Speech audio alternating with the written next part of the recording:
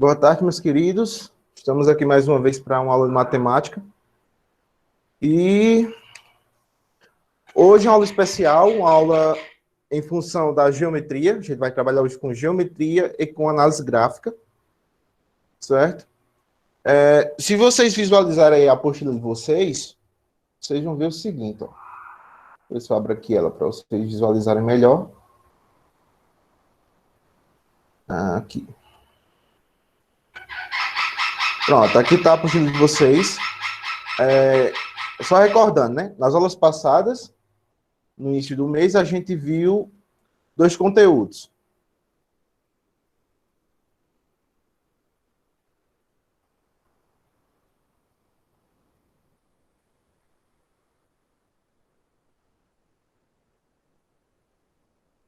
A gente viu estatística,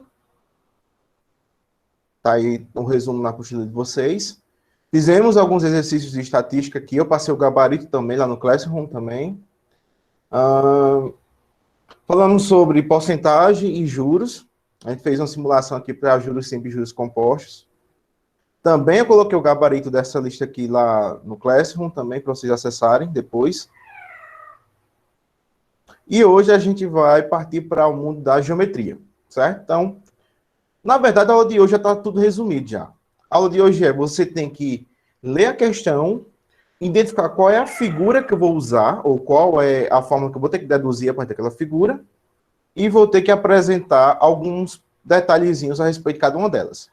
Então, aí na apostila de vocês tem a figura e tem a fórmula de cada uma delas. Tanto para a geometria plana, que é essa parte aqui de cima, dos sólidos que estão só escritos em uma dimensão, que é o quadrado, o retângulo, o paralelogramo, o triângulo, o losango, o trapézio. Aí temos o triângulo equilátero, o hexágono regular, o polígono de N lados. E temos ainda o círculo, a coroa circular, que é um círculo dentro de outro, e o setor circular, que é uma fatia de pizza. Fora isso, a gente vai ver um pouquinho de geometria espacial, que é a figura em 2 dimensões. Aí a gente vai ter os prismas, que vai ser o cubo e o paralelogramo, ou paralelepípedo reto retângulo, que dá no mesmo, é o mesmo nome, e o cilindro. E as formas mais simples, que eu só vou ter um vértice, que é a pirâmide e o cone. A gente vai ver como deduzir cada uma formulazinha dessa, e no final a gente fecha com a esfera. Então a gente vai ver 5 figuras, com uma fórmula para a área e outra fórmula para o volume. Vamos fazer alguns exercícios também, certo? Geometria plana espacial.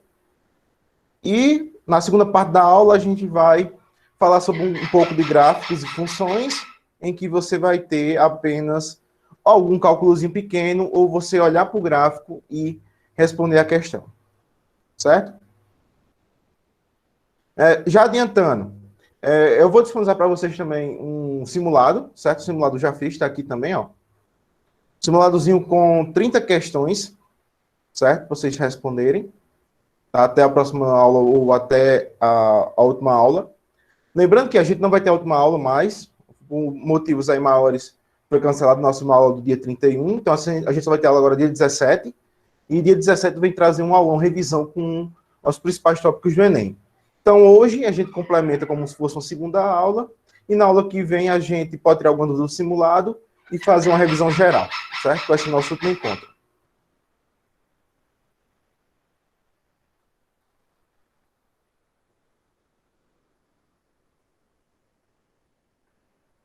Então a gente vai fazer o seguinte aqui.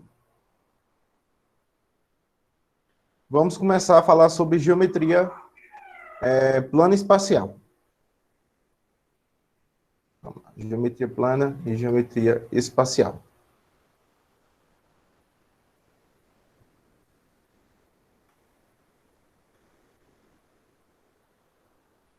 Então vamos lá. Quando a gente fala sobre geometria espacial, a gente trata com a ideia de 3 coisas elementares. Um ponto, que ele não tem dimensão, é apenas uma simbolização. Ele é representado com letra maiúscula. Nós temos uma reta, que é a ligação entre 2 pontos, ou 2 extremos, representado por letras minúsculas. E nós temos o plano, que no mínimo terá 4 pontos e 4 retas, e será representado por uma letra grega. Aí as figuras que a gente vai ver vão ser essas aí, que a gente vai chamar de sólidos geométricos, ou figuras geométricas espaciais. São aquelas figuras que possuem mais de duas dimensões. Ou seja, a gente pode calcular áreas e volumes. Então, a gente vai ver prisma, cubo ou paralelepípedo, pirâmide, cone, cilindro e esfera. Dando atenção especial para cone e cilindro, que é as principais figuras que sempre caem no Enem. A gente sabe que cada figura espacial a gente vai ter uma face, um vértice e uma aresta. As faces vai ser os lados. As arestas são as linhas que compõem cada face. E os vértices ou quinas são o que vai unir as arestas para formar as faces. Então a gente tem faces, arestas e vértices. Nós temos muitas figuras, certo? É uma gama enorme de figuras espaciais aí. Nós temos a região convexa e não convexa. É bem simples esse conceito. Se você conseguir traçar uma reta, e pelo menos nenhuma parte dessa reta ficar fora desse plano, ela é uma região convexa. Se você traçar uma reta sobre um plano e uma parte da reta ficar fora desse plano, a gente tem uma região não convexa. Por exemplo, aqui, ó, a gente marcou 2 pontos e todos os pontos contidos entre esses dois aqui estão dentro do plano. Já nessa aqui de baixo, não. Ó, traçamos essa reta R aqui e marcamos 4 pontos, ó, RS e T e U. RS contém o plano, mas ST não está dentro do plano, então não é uma região convexa.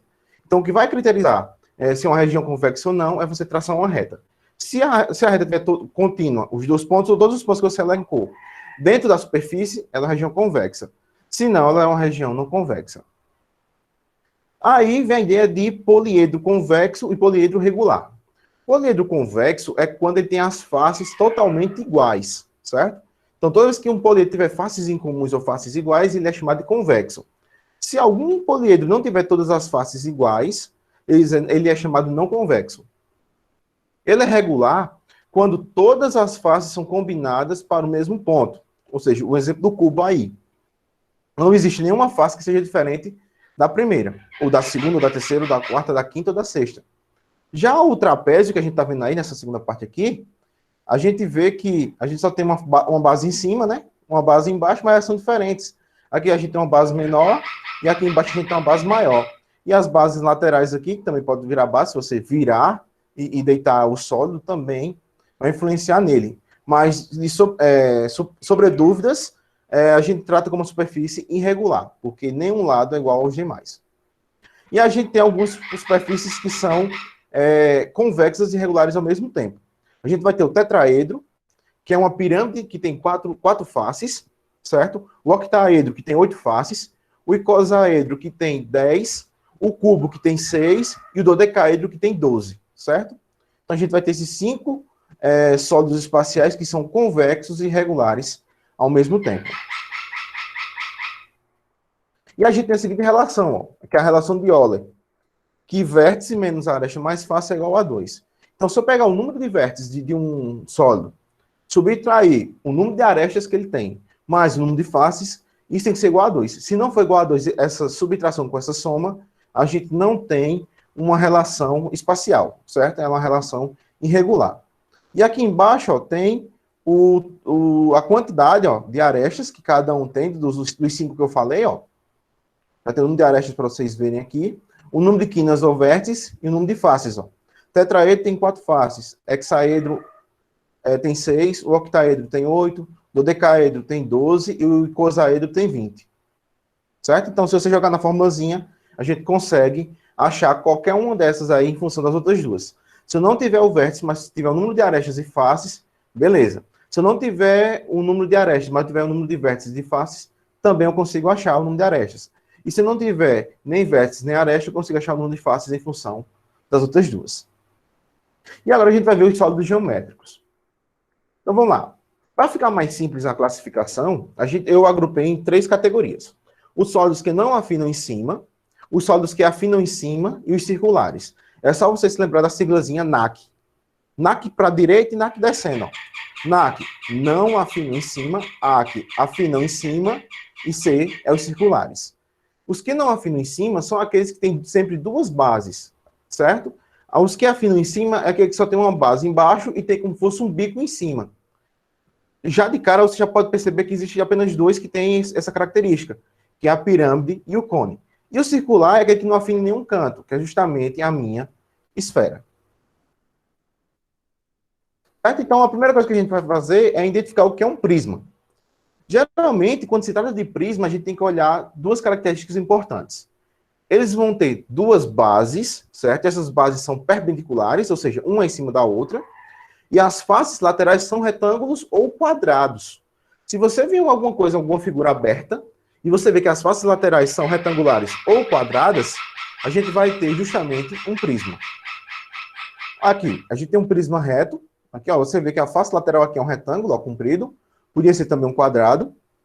A base pode ser qualquer polígono, certo? Aqui a gente tem um hexaedro, ou hexágono, né? Que é um sólido também.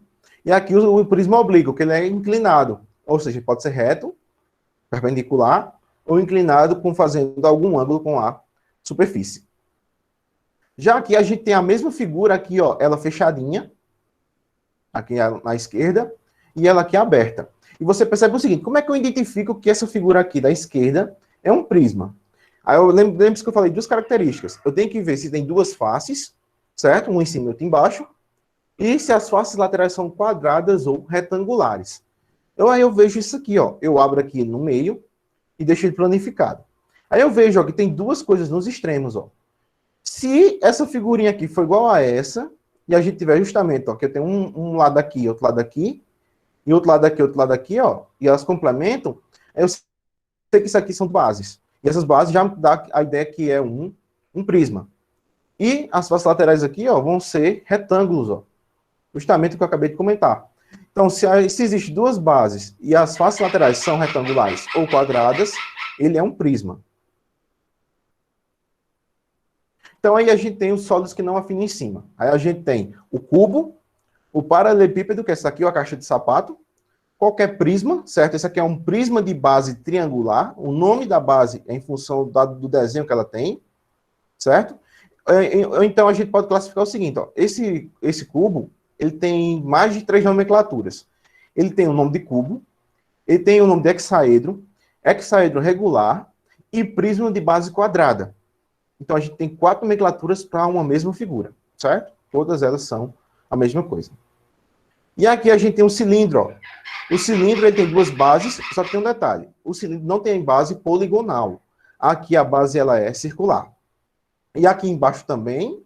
E as laterais dela é um retângulo. Se você pegar um retângulo e fazer como se fosse um contorno e colar, a gente vai ver que vai ter justamente uma face lateral de um cilindro. Então vamos ver o que é importante entender de cubo. O de cubo, a gente tem o seguinte, tem a área da base, como a base é quadrada, a gente tem aqui, ó, que é a área da base, S de B, né, que eu coloquei aqui, é A ao quadrado.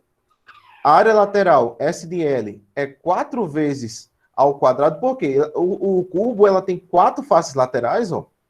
Tem essa laranja, essa vermelha, uma aqui por trás aqui, e outra aqui mais à direita. Ou seja, eu tenho 4 faces quadradas, e como a área da base é um quadrado, a gente tem A ao quadrado.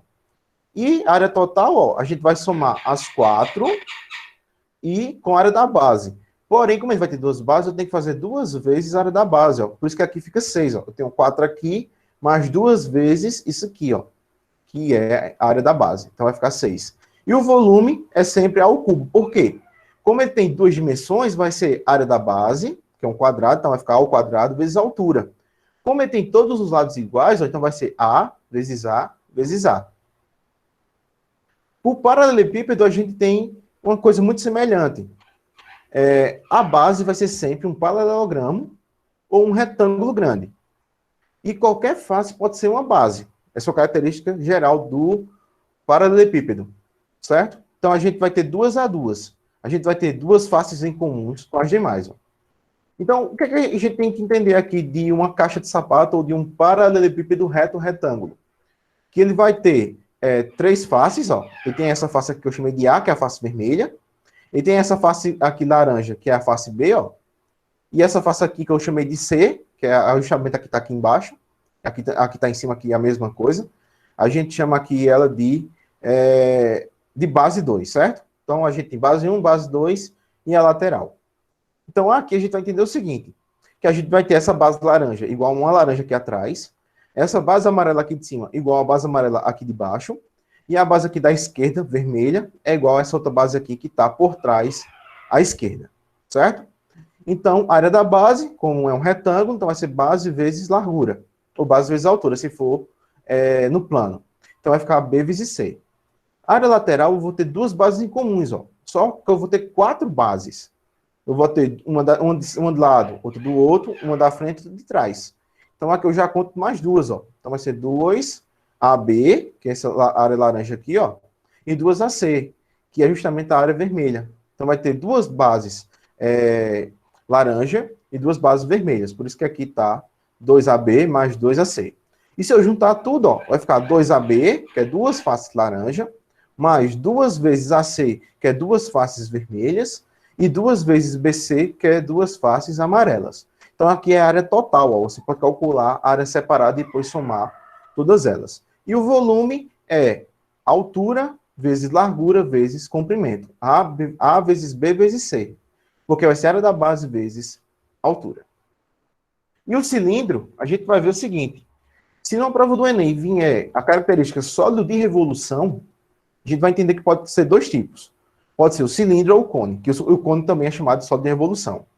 Porém, nesse caso aqui, a gente vai ter que analisar duas coisas. Quem é a minha geratriz?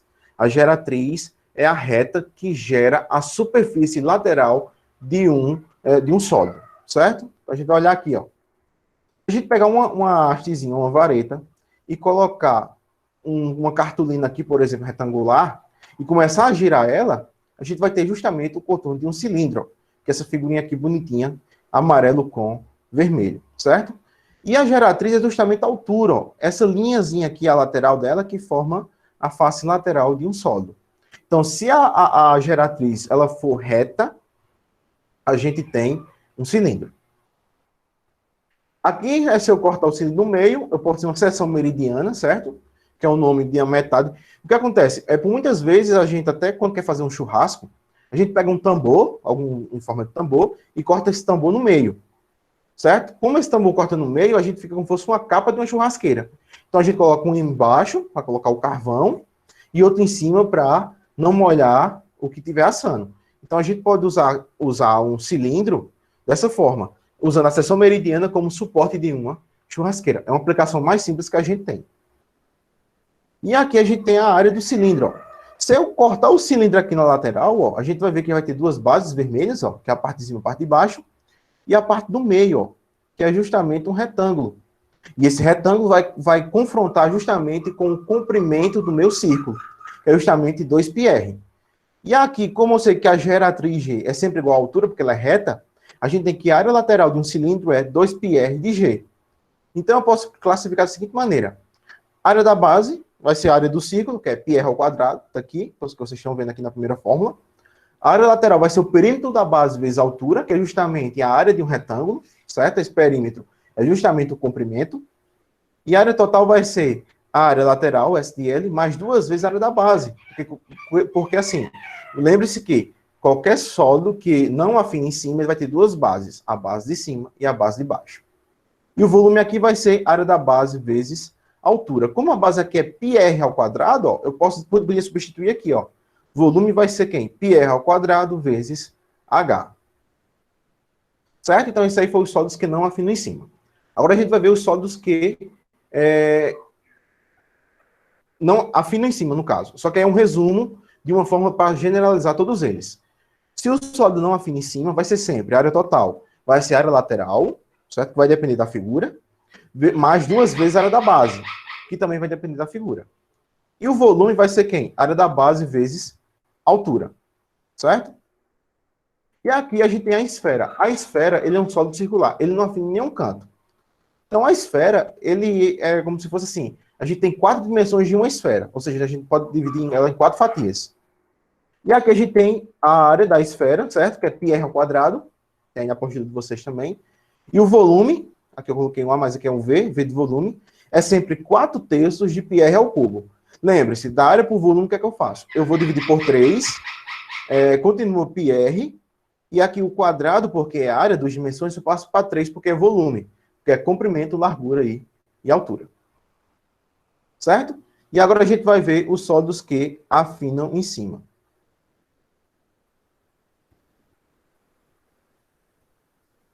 Os sólidos que afinam em cima, a gente tem a pirâmide. A pirâmide é uma característica interessante. Se você pegar um prisma, certo? Qualquer que seja esse prisma, e cortar uma das bases, deixar só uma nele, a gente pode juntar essas bases aqui e juntar num vértice. Então, se a figura tiver apenas uma base e um vértice, a gente tem apenas uma pirâmide. E o nome da pirâmide é dado em função da base. Se a base for um quadrado, vai ser pirâmide de base quadrada, certo? E outra característica, lá nos prismas, a gente tinha que as faces laterais eram quadradas ou retangulares. Já na pirâmide, a gente tem que as faces laterais são triângulos. E esses triângulos podem ser escaleno, equilátero ou isósceles, certo? Aqui a gente vai ter a altura da pirâmide, que é essa linha azul aqui, ó. Essa linha aqui é azul. A gente vai ter essa linha laranja aqui, ó, na base, que é a apótema da base, tem um nome especial para ela, que é a apótema da base. E essa vermelha aqui, ó, a gente pode usar a apótema da pirâmide. E aqui a gente tem o seguinte, a gente tem um triângulo retângulo, ó. Um triângulo que a gente tem um ângulo de 90 graus. Então aqui a gente pode usar o teorema de Pitágoras, dizendo que o quadrado da apótema da pirâmide é igual ao quadrado da sua altura mais o quadrado da apótema. Então a gente pode achar qualquer um deles em função dos outros dois. Igual como a gente fez lá no cilindro. Aqui, como eu já falei, né, as faces laterais são triangulares. E se a pirâmide for reta, todas as faces laterais são congruentes. Ou seja, elas convergem para um único ponto. Aqui está a especificação, ó, a gente tá a altura. Eu peguei uma pirâmide e deixei a alçada dela aqui, certo? A gente tem a altura da pirâmide e a altura da face lateral, que é justamente a apótema. E eu digo mais, ó, a altura da face lateral é igual à apótema da pirâmide. Essa linha vermelha aqui, ó, que vocês estão vendo aqui, ela que está inclinada, vai ser a altura da face lateral ou a apótema da pirâmide. E aqui a gente tem uma pirâmide aberta. Do jeito que a gente conseguiu abrir um círculo ou um prisma, a gente tem uma pirâmide, ó. A gente vai ver que só vai ter uma figura em comum, certo? Só vai ter uma figura que vai ser comum para diferentes tipos, e os demais têm que ser iguais. Então, se eu tiver apenas uma figura que complementa, por exemplo, aqui a gente tem um quadrado, se a gente olhar direitinho. E eu contar que a gente tenha 4 lados, ó, 1, 2, 3, 4. Então, eu consigo dizer que isso aqui é justamente uma pirâmide de base quadrada, porque as faces laterais são triangulares, certo? Então, se a face lateral for retangular ou quadrada, vai ser um prisma. Se for retangular, vai ser uma pirâmide. Sim, aí a pirâmide especial que a gente tem é o tetraedro regular, certo? Que eu acho que muitos de vocês já viram essa figurinha, que ela corresponde justamente a uma pirâmide em que todas as faces são iguais, ou seja, todas as faces são triângulos congruentes e equiláteros. Se alguma questão do Enem vier falando sobre triângulo equilátero e pirâmide, a gente sabe que é o tetraedro regular. E aqui, a única diferença do cálculo da área e do volume dos sólidos que não afinam em cima para os que afinam em cima é justamente isso. Ó. A gente não vai ter mais a segunda base, ó. A gente só vai ter uma base apenas. Então, agora a fórmula muda. A fórmula fica, a área total vai ser igual à área lateral mais a área da base. Claro que aqui vai depender de qual tipo de triângulo que eu estou usando, e esse aqui vai depender qual é a base que eu estou adotando. E o volume é a mesma coisa, porém eu vou dividir por 3. Ó. Lá eu faço a área da base vezes a altura, quando é um prisma normal, e se eu dividir por 3, o sólido afina em cima. Aqui eu posso usar congruência, ó, que diz que pirâmides de mesma altura, com a mesma área da base, a gente tem volumes iguais, certo? Isso é um princípio de Cavalieri. É importante saber, mas, porém, nunca foi cobrado no Enem. E aquela história de dividir por 3 é justamente isso. Ó. Se eu pegar um sólido qualquer e cortar ele em 3 dimensões, eu vou conseguir 3 figuras iguais, ó, desde que eles sejam congruentes. Então, para encher um recipiente cúbico desse, ó, eu vou precisar de 3 pirâmides que comportam justamente 1/3 da capacidade desse cubo. Então, do sólido que não afina em cima, porque afina em cima eu divido por 3, e do que não afina em cima, para o que afina em cima a gente multiplica por 3. Um detalhe importante que a gente tem é o tronco da pirâmide, é quando a gente faz os cortes nela. Ó. A gente agora vai ter algumas coisas diferentes. Então, se eu pegar qualquer pirâmide e cortar ela, a gente vai ter agora 2 bases, que é a base maior e a base menor. E uma característica importante, as faces laterais agora são trapézios, porque eu vou ter 4 lados em cada face e vou ter 2 a 2 congruentes desiguais. Ou seja, eu vou ter uma base aqui em cima menor, uma base maior, vou ter 2 arestas laterais iguais e aí eu vou ter a altura dele aqui no meio, porque vai ser a apótema da minha pirâmide que foi cortada. Certo? Então, está aqui, ó, o que é um tronco de uma pirâmide, é justamente essa figura aqui em 3 dimensões, certo? Aí ela vai ter uma nova altura, que ela foi cortada, e vai ter, acrescentar mais uma base, certo? Enquanto a pirâmide só tem uma base, o tronco tem 2. E aqui a gente tem a área total da base do tronco da pirâmide, e tem o volume da pirâmide também. Então, ó, se a gente quiser agora calcular a área total de um tronco de pirâmide, a gente vai ter a área da base maior, mais a área da base menor, mais a área lateral. E o volume, ó, vai ser a altura nova, que eu vou chamar aqui de H1, dividido por 3, porque o sólido afinou em cima, que multiplica a área da base mais a raiz quadrada do produto das áreas das bases, AB mais vezes ABzinho, mais ABzinho, certo? É importante saber? Porém até hoje nunca foi cobrado em Enem. E o cone, ele é bem semelhante, ele também é chamado de sólido de revolução, certo? E a gente pode classificar ele como reto ou como oblíquo. No caso, ele, se for reto, ele é perpendicular, se ele for oblíquo, ele é um pouco inclinado. Para gerar um cone, eu vou girar igual como o outro. Lembre-se, se eu girei um retângulo ou um quadrado, eu gero um cilindro. Se eu gerar um triângulo, qualquer que seja ele, eu vou gerar um cone. Ó. Então, se eu pegar uma vareta ou alguma hastezinha e colocar um desenho de um triângulo colado nela e começar a girar, eu vou ter justamente um triângulo. E você percebe o seguinte, a geratriz agora, ela não é reta, ó, ela é inclinada, justamente essa largura aqui, ó, que a gente chama de hipotenusa, quando a gente trata de um triângulo. Então, se a geratriz for reta, é cilindro. Se a geratriz for inclinada, ela é cone. Lembrando que a gente tem aqui, ó, o raio do cone, temos a altura do cone e temos geratriz. Então, se forma um triângulo retângulo, a gente pode usar o teorema de Pitágoras. Certo? Então, tá aí, ó, o triângulo de Pitágoras, em que a gente tem que g ao quadrado vai ser igual a h ao quadrado mais r ao quadrado. Aqui tem um caso de você querer usar a regra de 3 para calcular as áreas, certo? Você pode colocar 360, se a gente estiver trabalhando com geometria plana, e 2π se estiver trabalhando com trigonometria, certo? Então, fica essa diferençazinha aí para vocês usar essa regra de 3. É achar a área em função do ângulo ou do comprimento do arco. Então, por exemplo, se eu tiver uma pizza, por exemplo, e quiser saber a área de um setorzinho, de uma fatia, a gente pode usar essa regra de 3 aí que a gente consegue achar o valor. E aqui, ó, segue o mesmo esquema. A área da base, πr ao quadrado, que continua sendo um sólido que afina em cima. A gente tem a área lateral, que é o comprimento, ó, é πrg, que é justamente esse contorno aí, que é o setor circular. E o volume, ó, é igual ao da pirâmide, ó. Vai ser a área da base vezes a altura, e vou dividir por 3. Então, essa ideia de dividir por 3 também é o mesmo esquema, ó. Se eu pegar um cilindro e cortar ele em 3 dimensões, eu consigo achar 3 cones, ó. E se eu pegar o volume desses 3 cones, eu consigo preencher esse cilindro. E a gente tem o tronco de cone também. Eu já fui tema de questão do Enem. A gente corta o cone em 2, ó. Corta ele no meio, e a parte de cima vira um cone menor, e a parte de baixo vira um tronco de cone, onde a gente vai ter justamente 2 bases, que vai ser agora 2 círculos, certo? No outro a gente tinha a pirâmide com 2 polígonos, quaisquer que fossem. Agora a gente tem um polígono circular aí. E a gente tem também uma nova altura.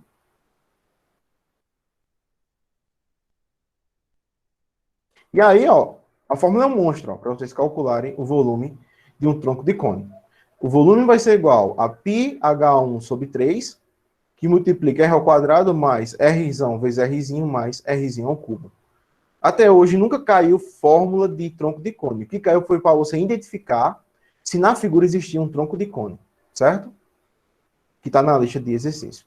Então, posso resumir aqui os sólidos que afinam em cima em que a área total vai ser a área lateral mais a área da base, e o volume vai ser 1/3 da área da base vezes a altura, qualquer que seja eles. Então, a gente resumiu toda a geometria espacial em 6 fórmulas, certo? Os sólidos que não afinam em cima, vai ter 2 fórmulas. Os sólidos que afinam em cima, que vai ter mais essas 2 fórmulas aí. O que muda é só aqui que a gente não tem mais uma base, e aqui a gente vai dividir por 3, e a gente vai ter a da esfera, que a da esfera não tem como deduzir ela diretamente. Ela é uma simplificação numérica e a gente consegue calcular o volume de uma esfera. Certo? Então, as dicas que a gente tem aí para questões que caem no Enem é você praticar muito com exercícios, tem que saber decompor uma figura em cada caso, ou seja, como é que eu vou identificar qual é a figura que eu estou trabalhando, e depois eu tenho que saber modelar uma situação para o caso superficial, ou seja, quando eu quiser calcular a área da figura, ou um caso volumétrico.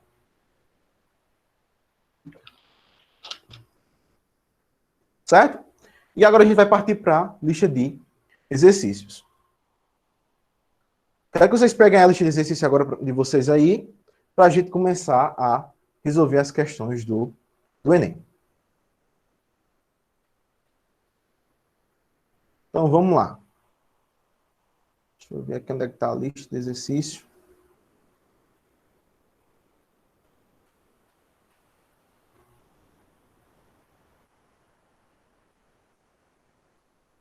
Vamos lá, vamos logo resolver a questão que está de cara aqui para a gente, a resolução dela. A gente vai fazer a questão número 8, certo? A questão número 8 não tem nenhuma conta. Vocês pegam a questão número 8, que eu vou ler ela aqui e vou demonstrar para vocês. Então vamos lá, a questão 8 diz o seguinte, ó. Uma rede hoteleira dispõe de cabanas simples na ilha de Goland, na Suécia, conforme a figura 1. A estrutura de sustentação de cada uma dessas cabanas está representada na figura 2. Então, ó, aqui na figura 1, deixa eu pegar uma caneta aqui para mostrar para vocês. Deixa eu pegar um lápis aqui. Essa figurazinha 1 aqui, ó,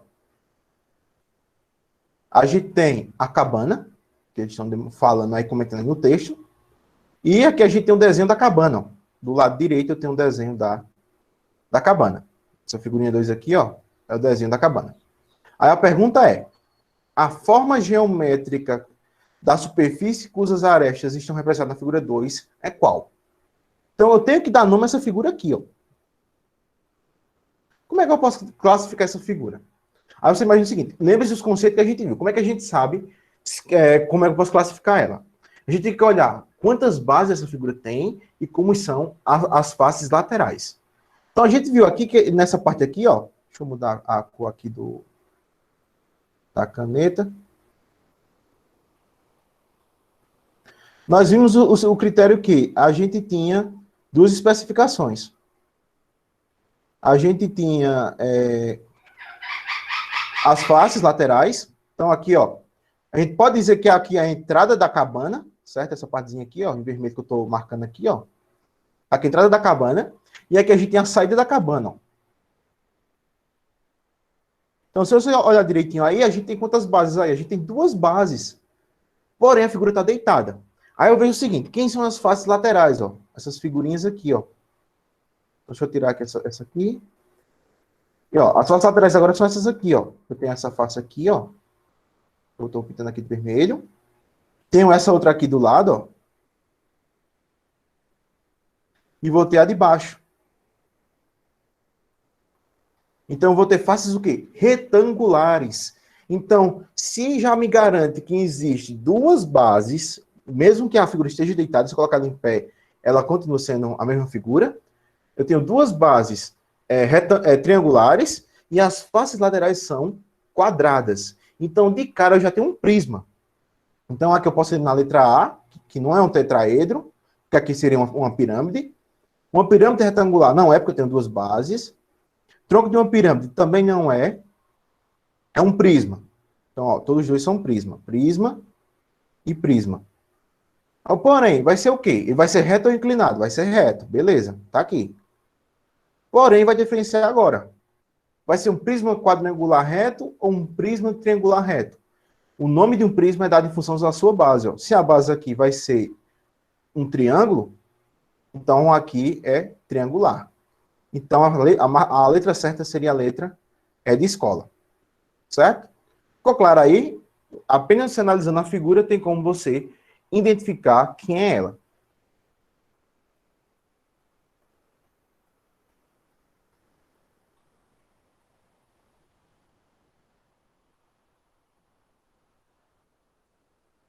Então vamos lá, vamos para outra. Essa questão aqui também, ó, de identificar figuras. que foi do Enem de... Coloquei aqui 2019, mas acho que foi 2012, se eu não me engano. Questão 12. É porque eu juntei, caiu uma questão num ano e outra questão no outro. Eu juntei as duas e fiz uma questão só. Diz assim, uma cozinheira especialista em fazer bolos utiliza uma forma no formato representado na figura 1. Então aqui, ó, vai ser uma boleira. E na figura 2 seguinte, mostra um modelo de sombrinha, muito usado em países orientais. Ó. Aí a pergunta é, essas figuras correspondem a uma superfície de revolução, certo? Ó, superfície de revolução. Então a pergunta é, quais são essas figuras? Aí eu vejo, ó, de cara eu vou ver logo a sombrinha. A sombrinha a gente vai ver que isso aqui é muito parecido com o quê? Ó? A gente tem um cone, ó. A gente pega um cone aqui, a base aqui do cone, e aqui a gente pega o bico do cone, ó. Então eu sei que essa segunda aqui vai ser um cone. Então, de cara, eu já podia marcar a letra D, ó. Que é a única que tem cone como segunda opção. Então aqui a alternativa certa seria a letra D de dado. Mas por que é que na figura 1 a gente tem dois troncos de cone? Ó? Porque aqui, ó, se a gente fizer um prolongamento aqui, ó, aqui para cima, a gente tem justamente um cone aqui dentro, ó. Mal feito, mas é um cone. Então, vou ter um cone aqui, ó, e aqui foi onde eu cortei, ó. Então, toda vez que eu cortar, aqui no caso, eu fiquei com duas bases, ó, que é justamente o miolo da boleira, a gente tem um tronco de cone. E o outro tronco de cone estaria aqui, ó. Isso aí você prolongar para baixo, ó. Você monta um cone também para baixo, ó. É como se fosse um cone do outro. E você corta ele aqui, ó. Justamente na base do outro. Então, eu vou ter dois troncos de cone e vou ter um cone. Certo? Então, seria a letra D de dado. Então, as figuras que vieram no Enem é justamente essas para vocês analisarem e marcarem. Ó, outra figurinha aqui, ó. Interessante para vocês analisarem também, ó. Diz o seguinte. Para divulgar sua marca, uma empresa produz um porta-canetas de brinde, na forma do sólido composto por um cilindro. Essa parte de baixo aqui, ó. Essa parte de baixo aqui, que eu estou preenchendo aqui ela. E vou ter e um tronco de cone, ó. O tronco de cone sempre aqui na parte de cima, onde vai ser encaixado os lápis. Como na figura. Para recobrir toda a superfície lateral desse brinde, essa empresa encomendará um adesivo de que forma? Então, para eu colar um adesivo aqui nessa figurinha, eu vou ter que pegar qual modelo desse adesivo aqui, ó. Aí você olha o seguinte, como eu só quero só a superfície lateral para preencher, a gente vai ver o seguinte, a face lateral de um cilindro é o quê? A gente viu que se a gente tirar abrir um cilindro do meio, a face lateral vai ser um retângulo. Então, não pode ser essa aqui, certo? Não pode ser essa aqui. Pode ser essa, que aqui tem um retângulo, então pode ser essa. Pode ser essa aqui que é um retângulo. Pode ser essa aqui também um retângulo. E essa aqui não pode, porque essa aqui não é um retângulo. Então, eu já elimino duas coisas olhando apenas para a base. Se eu olhar para o tronco de cone, a gente vai ver que não tem nada reto. É sempre circular o topo. Então, se é circular o topo, não pode ser essa aqui a base é reta. E aqui também é reta. Ó. Então, fica entre A... Aliás, o A não, né? O A eu já eliminei. Então, eu já eliminei letra A, letra C, letra D e letra E. Então, sobrou apenas a letra B de bola. Então, o adesivo para cobrir lá seria esse aqui, porque isso aqui é justamente um tronco de cone planificado e aqui é a face lateral de um cilindro planificado. Certo? Então, essas são questões de análise. Vem essas questões muito no Enem para vocês apenas dizerem qual é a figura correspondente ou qual é a forma que a figura tem. Vamos lá, vamos entender essa questão 3. Na questão 3 é o seguinte. O remo de assento deslizante é um esporte que faz uso de um barco e dois remos do mesmo tamanho. A figura mostra uma das suas posições de uma técnica chamada afastamento. Então tá aqui, ó. No ponto A aqui tem um remista e nos dois extremos dos remos, ó, tem o ponto B e o ponto C. E a pergunta é, ó, nessa posição, os dois remos se encontram no ponto A e as suas outras extremidades estão indicadas pelos pontos B e C. Esses três pontos formam um triângulo ABC, ó. Então, onde é que está o danado desse triângulo? O triângulo está aqui, ó. O B eu ligo com A, o A eu ligo com C, e o B eu ligo com C, ó. Então, aqui eu vou ter uma figura, mais ou menos um triângulo. Se vocês analisarem aí direitinho, a gente vai ter um triângulo, certo? E aqui a gente vai ter os ângulos, ó. Aqui a gente tem um ângulo 1, aqui no A a gente tem um ângulo 2, e aqui no C a gente tem um ângulo 3. Certo? Então, 3 ângulos, 3 lados, então é um triângulo. E esses 3 ângulos formam um triângulo cujo vértice do ângulo BAC, ou seja, ó, o A chapeuzinho aqui, o A circunflexo, quer dizer que é no ponto A. Eu tenho 170. Então, esse valor aqui, ó, é justamente esse 170 aqui, o valor do ângulo.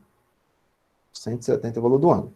Aí a pergunta é, o tipo de triângulo com vértice nos pontos A, B e C, no momento em que o remador está nessa posição, é qual? Então, a gente tem que classificar o triângulo, certo? Então, como é que a gente classifica um triângulo? O triângulo ele pode ser com relação aos lados e com relação aos ângulos. Se os 3 lados forem iguais, certo? Ele é chamado de equilátero. Vou botar aqui, de equilátero. Se apenas 2 lados forem iguais, ele é chamado de isósceles. E se os 3 lados forem diferentes, ele é chamado de escaleno. Vou botar S aqui para dizer que é de escaleno. Certo? Então, os 3 aqui são diferentes. Esse aqui eu só tenho 2 iguais. E esse aqui são 3 iguais. Certo? 3 iguais é equilátero. 2 iguais é isósceles. E se todos forem diferentes, eu tenho um escaleno. Com relação ao ângulo, se todos os ângulos forem menores que 45, eu vou ter um acutângulo, certo? Vou botar um azinho aqui para dizer que é de acutângulo. Se eu tiver pelo menos um ângulo maior que 45, pelo menos um, certo? Eu vou chamar de obtusângulo. Tá o aqui de obtusângulo. E se eu tiver o ângulo de 90 graus, exatamente igual a 90 graus, eu vou ter o triângulo retângulo. Então, vamos analisar essa fundamentação que a gente fez com a questão. Com relação aos lados, a gente vai ver, ó, que os ângulos eles têm que ser iguais. Então, esse lado aqui, ó, que eu estou marcando aqui, tem que ser igual a esse lado aqui. Então, 2 lados iguais. Ó. E o terceiro lado ele é diferente, ele é maior que os outros 2. Então, eu vou ter apenas 2 lados iguais. Então, ele vai ser um triângulo isósceles. Então, a gente vai ver onde é que tem triângulo isósceles aqui na resposta. Ó. A gente tem aqui, ó, isósceles, e tem o isósceles aqui, ó. Então, não pode ser a letra D, que é escaleno. Não pode ser a letra B, que é escaleno, nem pode ser a letra A, que é escaleno. E agora a gente vai analisar os ângulos, ó. Todos os ângulos são menores que 45? Não, ele já deu de cara um ângulo aqui, ó, que foi de 170. E se pelo menos um ângulo for maior do que 45, certo? For quebrando 45 e os demais não bater em 90, esse caso aqui é chamado de triângulo obtusângulo. Certo? Então, se pelo menos um lado for maior do que 90, não, maior que 45, maior que 90 é sempre maior que os dois. Eu vou ter um obtusângulo. Então, seria a letra de escola. Certo? Ficou claro aqui para vocês? Comentem aí no chat.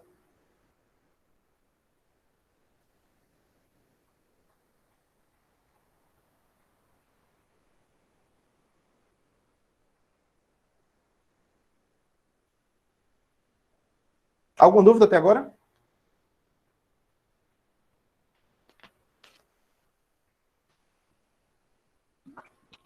Lembrando que eu já postei, tá? No gabarito e esse slide lá no Classroom. Aí agora a gente vai fazer uma questãozinha do Enem passado. Vamos fazer a questão número 2. Certo?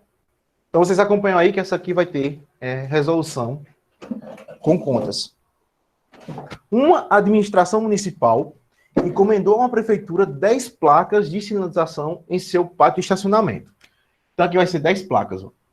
Primeira coisa, eu vou ter 10 placas para colocar no estacionamento.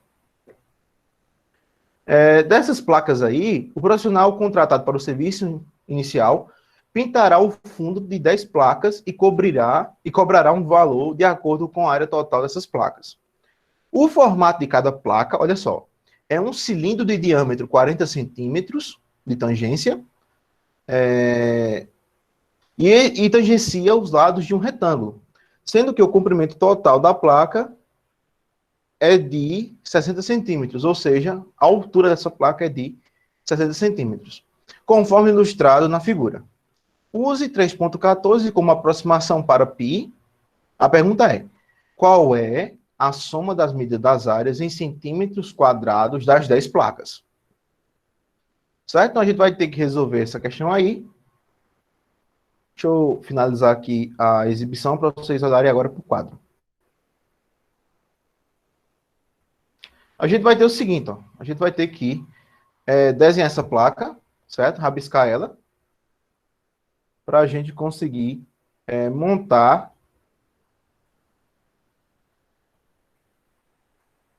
a questão. Então, vamos lá. Ele disse que a placa tem um círculo, não é? E um retângulo. Então, vamos imaginar o seguinte, ó. A gente tem um círculo aqui, e tangencia justamente a lateral aqui, ó, com um retângulo. Tem algo mais ou menos assim, ó. Certo? Então, essa aqui é a figura hipotética da placa. Ela diz o seguinte, que a altura aqui é 60. Então, a altura total aqui, ó, se a gente analisar aqui, vai ser 60. 60 centímetros. E o diâmetro aqui da placa, ó, que é justamente essa lateral aqui toda de baixo, eu vou ter, quando é que eu falei? 40. Então, o diâmetro aqui igual a 40 centímetros, e aqui a altura igual a 60 centímetros. Se em algum momento eu precisar do valor de π, π vai valer 3.14. A pergunta é, eu tenho que saber qual é a área das placas aí. Então, se eu quero achar a área da placa, a gente vai fazer o seguinte, ó. Se a questão fala que eu tenho que achar essa área toda, ó, que eu vou rabiscar aqui, ó, eu quero essa área todinha aqui, ó, que está aqui dentro, incluindo os dois, ó. E você vai perceber o seguinte, que essa parte aqui, eu estou aqui coisando de verde, já está incluída nessa parte retangular aqui, ó. Então, a área da placa, ó, se a gente for analisar aqui, ó, a área da placa vai ser quem? Vai ser a metade de um círculo, ó. A gente sabe que a área de um círculo é o quê? Πr ao quadrado, certo? A área de um círculo aqui é πr ao quadrado, essa área aqui de cima. E como eu estou dividindo esse círculo no meio, porque eu já vou calcular a outra aqui, dentro do... Como é que se diz? Dentro da figura de baixo, a gente tem aqui, justamente, que é πr ao quadrado sobre 2, porque é metade de um círculo. Mais. Aí diz mais, ó. Como aqui é um retângulo, a gente tem a base vezes a altura. Vamos chamar aqui de B de base, e ali fica a altura mesmo. Então, vai ser base vezes altura. Então, vamos lá. O π foi dado na questão, ó, é 3,14. O raio. O raio, ele é sempre metade do diâmetro, ó. O raio é essa partezinha aqui, ó. Aqui de R. Como o diâmetro aqui é 40, o raio vai valer quanto? O raio vai valer justamente 20. Então, aqui a gente vai colocar 20, ó. Vezes 20. Ao quadrado, certo? 20 ao quadrado, que é πr ao quadrado, sobre 2. Mais a base. A base a gente tem 40. E a altura. Como essa altura aqui, essa primeira parte aqui dessa altura aqui, já está incluída, a gente pega essa parte aqui de baixo, ó. Mas como a gente viu que o raio vale 20 e o total é 60, ó, então a altura aqui apenas vai ser igual a 40 centímetros. Ó. Eu vou subtrair 20 do diâmetro. Certo? Então, se eu subtrair 20 do diâmetro, aqui fica 40. Então, aqui vai ficar 40 vezes 40. E vai ser igual a quê? Então, vamos lá. Vamos fazer agora os cálculos aqui para encontrar o resultado. 3,14 vezes 20 ao quadrado dá 400, ó, sobre 2. Mais 40 vezes 40 vai dar 1.600, ó. Eu posso simplificar aqui, ó. 400 dividido por 2 vai dar 200. Então, vai ficar 3,14 vezes 200 mais 1.600. 3,4 vezes 200 vai ser a mesma coisa de quê? De 314 vezes 2, ó, porque eu posso pegar esses dois zeros aqui e multiplicar aqui deslocando duas casas para a direita. Então vai ficar 314 vezes 2. Então vai ficar, ó, 2 vezes 4 vai ser 8, então isso vai ser igual a 8. 1 vezes 2 dá 2 e 2 vezes 3 vai dar 6, ó. Então vai ficar 628 mais 1.600, ó. 628 mais 1.600, isso aqui vai me dar quanto? Isso aqui vai me dar 8 no final. Vai ficar 2. 6 com 6, 12, foi 1. Vai ficar isso aqui, ó. Vai ficar 2.228. Certo? Aí você vai olhar na questão lá e não tem essa resposta. Porém, você tem que lembrar o seguinte, ó. Como ele vai pintar todas as placas, você tem que olhar as placas que eu vou pintar. Como eu sei que vai ser 10 placas, ó, então vou multiplicar isso ainda por 10, ó.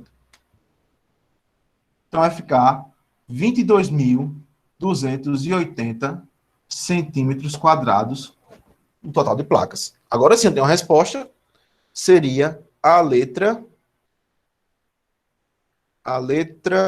B de bola, certo? Essa foi uma questão do Enem passado, em que caiu o conceito de geometria plana, certo? Então, aí na apostila de vocês vão ter justamente as formulazinhas, ó.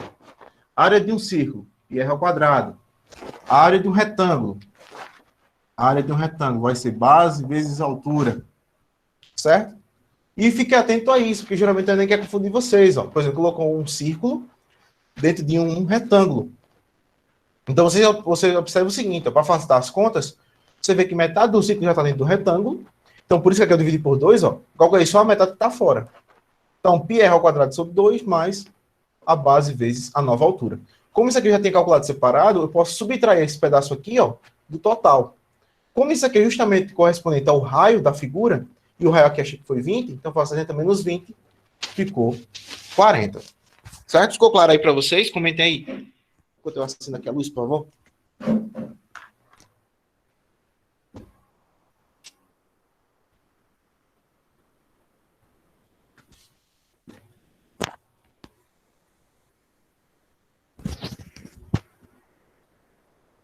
Se tiver rápido, vocês falem também, viu?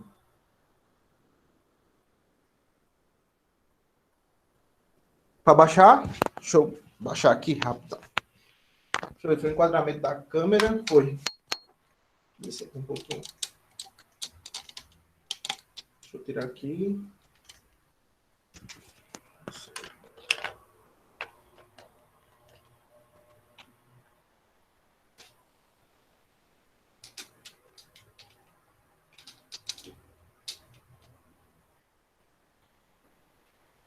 Agora tá dando para ver? Confirme aí.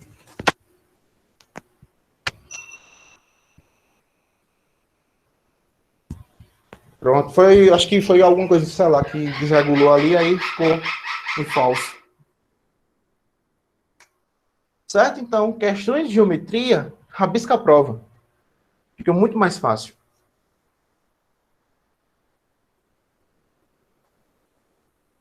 Então, a gente marca a letra B de bola. Deixa eu ver se eu acho outra questão aqui interessante para vocês. Vamos fazer a questão 10, que também é uma questão de análise de figuras.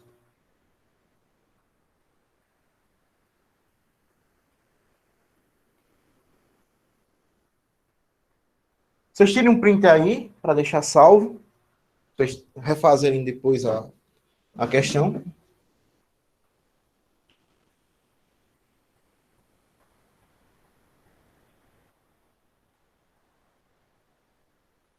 Tá? Então, lembrando, mais uma vez, eu vou colocar o simulado e vou colocar um formulário para vocês submeterem as respostas. Certo? Aí lá vai dar um número de acertos no final, quando você terminar a resolução do slide, ou do simulado. São 30 questões, certo? Vocês podem treinar o tempo aí. Eu recomendo vocês deixarem 3 horas para fazer esse simulado, certo? e já fica medindo o tempo para cada questão. Bota uns 3, 4 minutos. Se passar mais do que isso, se você não desenrolar a questão, pula para outra. Certo? Aí depois, quando todo mundo submeter o simulado, a gente vai e manda a correção. Coloco toda a resolução do simulado para vocês analisarem onde erraram, o que faltou, se não entenderam alguma coisa, ou então para tirar dúvida comigo também. Certo? O que importa é que vocês tentem fazer. Tem questão lá que, seguindo o esquema que a gente está vendo das aulas, você responde modo em modo. Facinho, facinho. Então, vamos lá. Agora a gente vai para a questão número 10. A questão número 10 diz assim: em regiões agrícolas, é comum a presença de silos para armazenamento e secagem da produção de grãos, no formato de um cilindro reto sobreposto por um cone. Então, ele já te deu a figura aí, ó. Ele disse que é um cilindro reto. A gente viu que é cilindro reto, né? Cilindro reto, sobreposto por um cone, ó. Ele vai ter um conezinho no topo. E as dimensões indicadas na figura. O cilindro fica cheio e o transporte dos grãos é feito por caminhões de carga, cuja capacidade é de 20 metros cúbicos. Então, aqui a gente pode dizer que o volume do caminhão, ó, volume do caminhão é de 20 metros cúbicos. Uma região possui um silo cheio, então tem um silo aí, e apenas um caminhão para transportar os grãos para a usina de beneficiamento. Use 3 como aproximação para π, ou seja, se alguma coisa pedir aqui o valor de π, eu posso arredondar para 3. O número mínimo de viagens que o caminhão precisará fazer para transportar todo o volume de grãos é quanto? Então, eu quero saber, ó, o número de viagens, ó, número de viagens. Qual é o número de viagens que eu tenho que fazer com o caminhão? Certo? Eu tenho um caminhãozinho aqui para transportar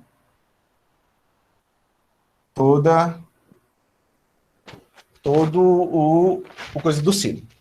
Certo? Aí na questão aí, diz também que a altura aqui, ó, essa alturazinha aqui vai valer 12 metros. Aqui eu tenho 3, ó. Se eu olhar isso aqui, vai ser a altura do cone. E aqui o raio da base do cilindro aqui, ó, também vai ser 3 metros. Certo? Então ele deu esses valores aí, deu 3 valores na questão. Então, a primeira coisa que a gente tem que fazer é o seguinte, ó, imaginar como é que eu faço o esquema da questão. Eu tenho um silo cheio, e esse silo vai ser esvaziado a cada viagem pelo caminhão. E o caminhão vai dar cada viagem. Cada viagem vai comportar uma porcentagem aqui desse volume total, ó, que é 20 metros cúbicos. Então, o número de viagens que eu estou querendo achar vai ser quem? Vai ser o volume total do silo, ó, então, o volume do silo, e vou dividir pelo volume do caminhão, ó. O volume do caminhão, para saber quantas viagens eu vou ter que fazer. Então, eu vou ter que achar esse de baixo eu já tenho, né? Que é 20. Então, aqui eu posso colocar 20. Falta achar quem é o volume do silo. Então, vamos lá. O volume do silo vai ser quem? Vai ser o volume da parte de baixo, que é justamente o volume do cilindro. Volume do cilindro mais volume do topo, que é o volume do cone. Volume do cone. Volume do silo. Aí você imagina o seguinte. Eita, professor. O Enem quer que eu coloque o volume de um cilindro do cone e não deu as fórmulas. E agora? O que é que eu faço? Desisto, chuto a questão, o que é que eu faço? Aí vocês se lembram da aula de hoje. A aula de hoje mostrou que tinha sólidos que afinavam em cima e sólidos que não afinam em cima. E nós vimos o seguinte, que se o sólido afina em cima, eu vou dividir o volume por 3. Se o sólido não afina em cima, eu calculo ele normalmente. Então, ó, o cilindro, se a gente for analisar aqui, ó, o cilindro, ó, ele é o quê? Ele é um sólido que não afina em cima. Então, se ele não afina em cima, fosse para calcular a área, né? A área total seria a área lateral mais 2 vezes a área da base, ó. E se fosse o volume, seria a área da base vezes Altura. Então, eu quero o volume do cilindro. Ó. Então, o volume vai ser quem? Área da base vezes a altura. Mais. Agora, eu quero o volume do cone. A gente viu que o cone é um sólido que afina em cima. Ó. Então, sendo afina em cima, vai ser o mesmo volume do cilindro dividido por 3. Então, o volume aqui seria 1/3 de AB vezes H. Ó. E a área total, só ele diminuir uma base aqui. Ó. Então, a área total aqui seria a área lateral mais a área da base. Certo? Então, bota 1/3 de área da base vezes altura. Certo? Agora, vamos substituir os valores. Ó. O volume do cilindro. Quem é a área da base? Aí eu vejo que a base do cilindro é o quê? É um círculo. Ó. Se ele é um círculo, ele tem um raio. Então, aqui vai ser, a área da base vai ser πr ao quadrado. Então, eu coloco aqui, ó, πr ao quadrado vezes h. Mais 1/3. O cone também é um círculo, ó, de raio. Então, vai ser o mesmo valor. Ó. A área da base vai ser 1/3 de πr ao quadrado. E assim eu cheguei à fórmula exatamente do volume do cilindro, volume do cone, ó, apenas deduzindo isso aqui. Então, isso aqui, ó, que eu vou até circular aqui para vocês verem, eu consigo desmembrar qualquer figura que não afina em cima, certo? Aqui é o NAC. E aqui é o que afina em cima, que é o AC. Então, agora vai substituir os valores para saber quanto é que vai dar isso aí, ó. Então, o volume do cilindro vai ser quanto? O π vai dar na questão que é 3, ó, vai ficar 3 vezes o raio. O raio do cilindro, ó, que é o raio da base, vale 3, então 3 ao quadrado, vezes quem? H. A altura é 12, ó. Então, vou colocar 12 aqui. Mais 1/3 vezes o π, que vale 3. O raio do cone. O raio do cone é justamente, ó, o mesmo raio do cilindro, ó, porque eles estão na mesma base. Então, vai ficar 3 ao quadrado vezes a altura do cone. Ó. A altura do cone é questão, essa parzinha verde que é 3. Pronto, fiz o mais difícil. Agora, conta de bodega. O volume do cilindro vai ser quem? 3 vezes 3 ao quadrado vai dar 27. 27 vezes 12. 27 vezes 12 vai dar 324. Posso colocar um 3 aqui com 3 aqui embaixo para facilitar as contas, mais 3 vezes 3, 9, vezes 3, 27. Ó. Vai dar 3 ao cubo, vai ser 27. Então, o volume do silo aqui vai ser 351 metros cúbicos. Ó. Eu achei o volume do silo. Já que eu achei o volume do silo, eu trago ele aqui para baixo. Ó. Deixei ele aqui embaixo para colocar aqui na divisão.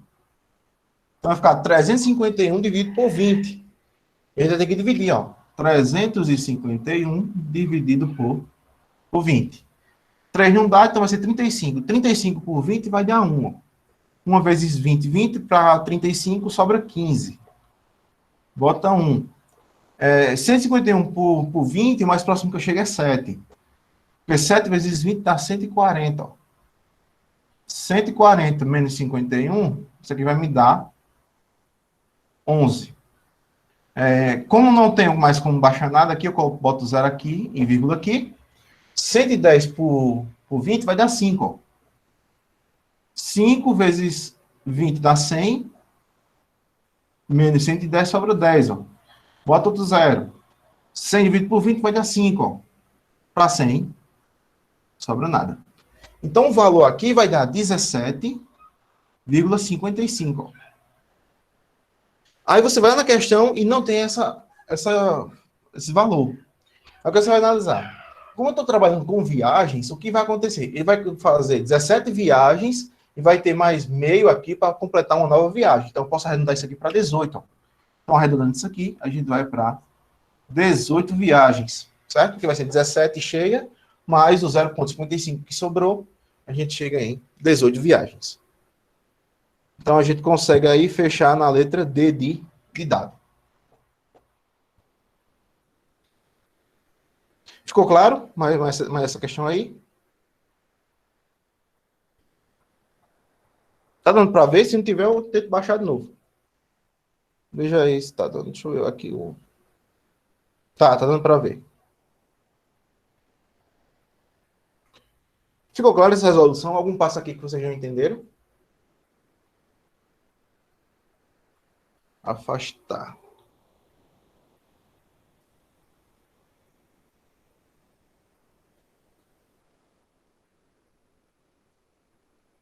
Acho que agora vai. Tô tortinho aqui, mas dá para ver agora.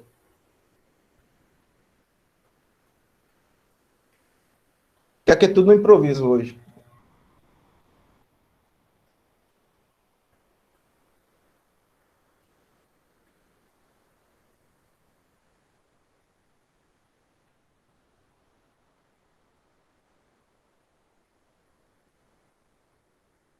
Claro que não vai dar para fazer todas, né? Mas eu posso dar algumas dicas para vocês já anotarem aí para resolver as questões.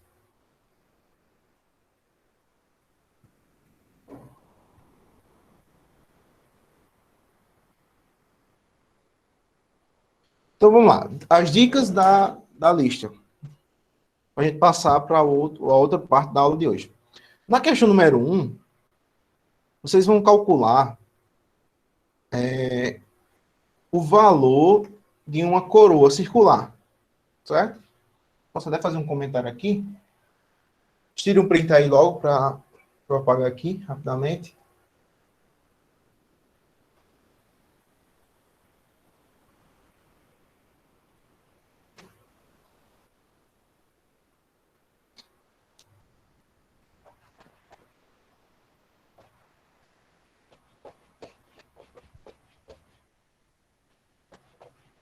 As demais questões que não der para resolver, vocês podem conferir lá no gabarito que está a resolução. Na questão 1, vocês vão ter que calcular isso aqui, ó. Você vai ter uma coroa circular, ó, que é um círculo dentro do outro, certo? E a forma que você vai usar é essa aqui, ó. Então, a área vai ser igual a π r ao quadrado menos r ao quadrado. Por que isso? Porque é o seguinte, ó.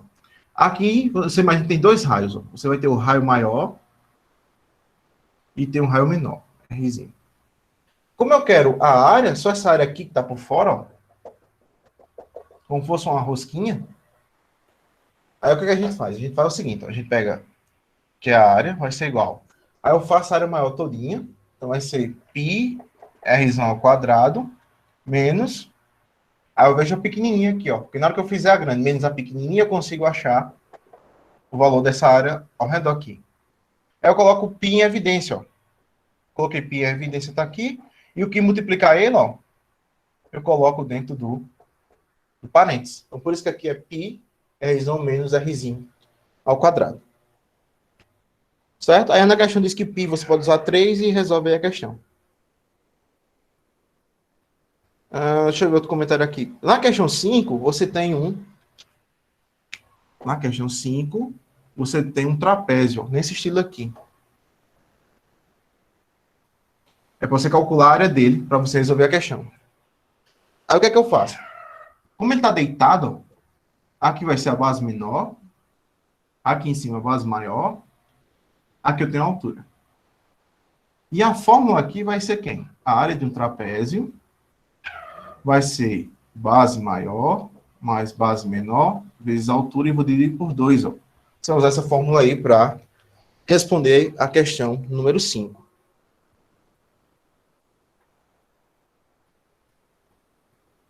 A questão número 6, que foi do ano passado, é um retângulo. Tem um retângulo aí. E eu estou dobrando um pedacinho aqui, ó. Aqui vai ficar algo mais ou menos assim. Aqui vai ficar uma superfície aqui dedilhada. Aí ele pergunta qual é a medida AE. Essa medida aqui, ó. AE. Que eu aqui eu posso chamar de X, por exemplo. Aqui eu tenho um triângulo retângulo. E aqui eu digo que aqui é 12, porque aqui é 12. E aqui é 6, porque aqui é 6. Ó. Aí eu posso usar o teorema de Pitágoras, ó. Quadrado da hipotenusa é igual à soma dos quadrados dos seus catetos. Ó. Eu resolvendo isso aqui, apenas isso, eu consigo achar a resposta. Só vocês vão ver lá na resolução. Tá tudinho lá. Deixa eu ver se tem mais algum aqui para comentar. Das boleiras eu já fiz.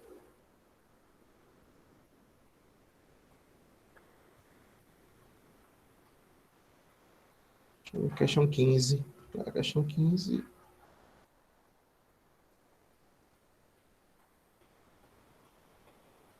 Questão 15 eu fiz.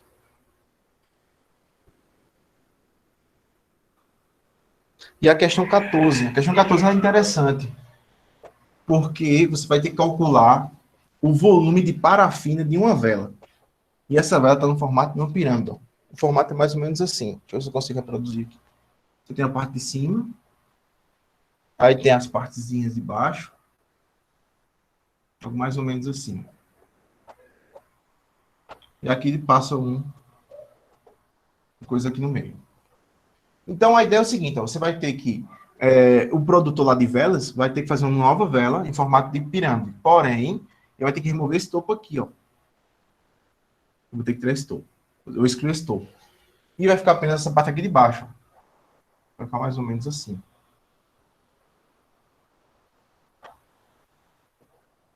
Certo? A figura não vai ter mais o topo. Aí a pergunta é, quanto é de parafina que eu vou precisar para fazer esse novo molde aqui? Então, eu vou ter que calcular esse volume todo aqui dessa pirâmide grande. Então, vai ser, ó, o volume de parafina vai ser o volume da pirâmide maior menos o volume da pirâmide menor, ou seja, o volume do topo. Ó. Certo? E lembre-se que o volume de uma pirâmide vai ser quem? 1/3 de π, aliás, 1/3 da área da base vezes a altura. Como a base aí é um quadrado, então vai ficar aqui, ó. Vai ficar a base, a aresta, o lado, né? Ao quadrado vezes a altura. Certo? Então você pode usar essa fórmula para os dois. Diferenciar que aqui seja o lado 1 da pirâmide maior e aqui o lado 1 da pirâmide menor. H1 e H2. Você pode fazer isso aqui, substituir os valores que a questão deu e resolver a questão. Tá? Então a ideia é você calcular o volume da pirâmide, removendo um pedaço dela e deixando o tronco. Tem duas formas, ou pelo tronco também sai, ou pela diferença dos volumes, você consegue achar a pirâmide. Certo? Então aí são os principais pontos. Lembre-se dos sólidos, certo? Que não afina em cima. Revisão básica aqui, rapidinho. Vamos lá. Se cair geometria plana, você vai ter que calcular a área ou o perímetro. O perímetro é o contorno da figura. Aí pode ser triângulo, pode ser círculo, pode ser trapézio, pode ser retângulo, pode ser losango. Deixa eu ver o que mais. Acho que essas 5 são as mais importantes. Porque triângulo e quadrado, né? Pode entrar a mesma coisa, a mesma fórmula. Não vai fazer muita diferença, não. E se cair geometria espacial, a gente pode ter, aí aqui a gente calcula áreas e volumes. A gente tem não afinam em cima, ó, NAC, AC e C. NAC. Quem é NAC, quem é AC, quem é C? C é circular, só tem um, que é a esfera. Então, a área de uma esfera vai ser igual a 4πr ao quadrado e o volume 4/3 de πr ao cubo. Certo? Se for um sólido que afina em cima, a gente pode ter dois aqui, ó. A gente tem a pirâmide e o cone. Certo? O cone também pode ter um tronco. E a pirâmide também. E para calcular aqui a gente tem, ó, duas fórmulas também, ó. A área vai ser igual à área da base mais a área lateral e o volume vai ser 1/3 da área da base vezes a altura. Certo? Então aqui para o cone e a pirâmide. E os sólidos que não afinam em cima, a gente tem os prismas em geral, né? Então a gente tem um cubo, paralelepípedo e o cilindro. Aí a gente tem que a área total vai ser a área lateral mais 2 vezes a área da base, e o volume vai ser a área da base vezes a altura. Ou seja, ó, 2 fórmulas para o primeiro, 2 fórmulas para o segundo e 2 fórmulas para o terceiro. Eu resumo geometria espacial em 6 fórmulas. Claro que a área lateral vai depender da figura e a área da base também vai depender da figura. Se aqui vier a área retangular ou quadrada. É um sólido que não afina em cima e pode ser um prisma ou um cilindro, certo? Isso aqui é um prisma ou um cilindro. Se a face vier triangular, a gente tem uma pirâmide ou um cone, certo? Então, retângulo ou quadrangular, prisma, triangular, um cone.